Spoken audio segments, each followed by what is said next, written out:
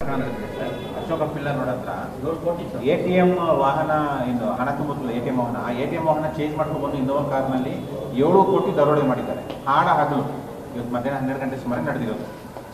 ಯಾಕೆ ಆಶ್ಚರ್ಯ ಏನು? ಆಶ್ಚರ್ಯ ಏನು? ಬೀದರಲ್ಲಿ ಆಯ್ತಲ್ಲ, ಹಾಂ, ಮಂಗಳೂರಲ್ಲಿ ಆಯಿತು. ಸರಣಿ ರೀ ಇದು, ಸರಣಿ. ಈಗ ಜೈಲುಗಳಲ್ಲೇ ನೀವು ಮೊಬೈಲ್ ಕೊಟ್ಟು ಇಂಟರ್ನೆಟ್ ಕೊಟ್ಟು ಭಯೋತ್ಪಾದಕರಿಗೆಲ್ಲ ಪಾಕಿಸ್ತಾನಕ್ಕೆ ಬೇರೆ ಬೇರೆ ದೇಶಕ್ಕೆ ಎಲ್ಲ ಮಾತಾಡೋಕ್ಕೆ ಅವಕಾಶ ಮಾಡಿಕೊಟ್ಟಿದ್ದೀರಲ್ಲ. ಈಗ ಇವ್ರಿಗೂ ಏನೋ ಮಾಡಿಕೊಟ್ಟಿರ್ಬೇಕು ನೀವು.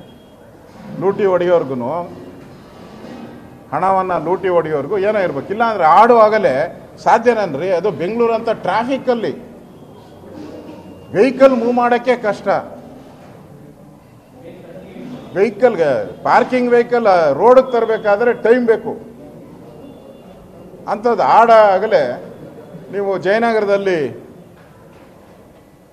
ಲೂಟಿ ಮಾಡ್ಕೊಂಡು ಹೋಗ್ತಾರೆ ಅಂತ ಹೇಳಿದ್ರೆ ಸತ್ತೋಗಿದೆ ಈ ಸರ್ಕಾರ.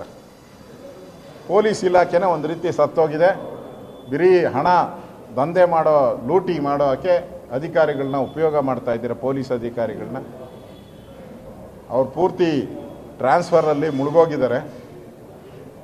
ನೀವು ಈ ಕಾನೂನು ಸುವ್ಯವಸ್ಥೆ ಅನ್ನೋದು ಗಾಳಿಗೆ ತೋರ್ಬಿಟ್ಟಿದ್ದಾರೆ. ಇದು ನಿಜಕ್ಕೂ ಬ್ರ್ಯಾಂಡ್ ಬೆಂಗಳೂರು ಅಂದ್ರಲ್ಲ, ಬ್ರ್ಯಾಂಡ್ ಬೆಂಗಳೂರು. ಆ ಬ್ರ್ಯಾಂಡ್ ಬೆಂಗಳೂರಲ್ಲಿ ಒಂದು ಪಾರ್ಟ್ ಇದು. ಲೂಟಿ ಮಾಡೋದು ಹೆಂಗೆ ಅನ್ನೋದನ್ನ, ಕದಿಯೋದು ಹೆಂಗೆ, ದರೋಡೆ ಮಾಡೋದು, ಇದೇ ಬ್ರ್ಯಾಂಡ್ ಬೆಂಗಳೂರ? ಬ್ಯಾಂಕ್ ಹಣನೇ ಸೇಫ್ಟಿ ಇಲ್ಲ ಅಂದರೆ ಇನ್ನು ಜನಗಳ ಹತ್ರ ಇರೋ ಹಣ ಸೇಫ್ಟಿನಾ? ಬ್ಯಾಂಕ್ ಹಣನೇ ಸೇಫ್ಟಿ ಇಲ್ಲ, ಇನ್ನು ಜನಗಳನ್ನ ಸೇಫ್ಟಿನಾ? ಇದು ಲೂಟಿ. ಇದು ಕಾನೂನು ಸುವ್ಯವಸ್ಥೆಯ ವೈಫಲ್ಯ. ರಾಜ್ಯ ಸರ್ಕಾರ ನಿಜಕ್ಕೂ ಮಾನ ಮರ್ಯಾದೆ ಕಳ್ಕೊಂಬಿಟ್ಟಿದೆ ಇದರಿಂದ. ಬೀದರಲ್ಲಾಯಿತು ಅಂತ ಎಲ್ಲೋ ಸುಮ್ಮನೆ ಇದ್ದರು, ಮಂಗಳೂರಲ್ಲಾಯಿತು ಅಂತ ಸುಮ್ಮನೆ ಇದ್ದರು. ಈಗ ಬೆಂಗಳೂರು ಬಂದ್ಬಿಟ್ಟಿದೆ. ನೆಕ್ಸ್ಟ್ ವಿಧಾನಸೌಧದ ಮುಂದೆನೇ ಆದ್ರೂ ಆಶ್ಚರ್ಯ ಪಡಬೇಡಿ. ಅಂಥ ಕೆಟ್ಟ ಸರ್ಕಾರ, ವರ್ಸ್ಟ್.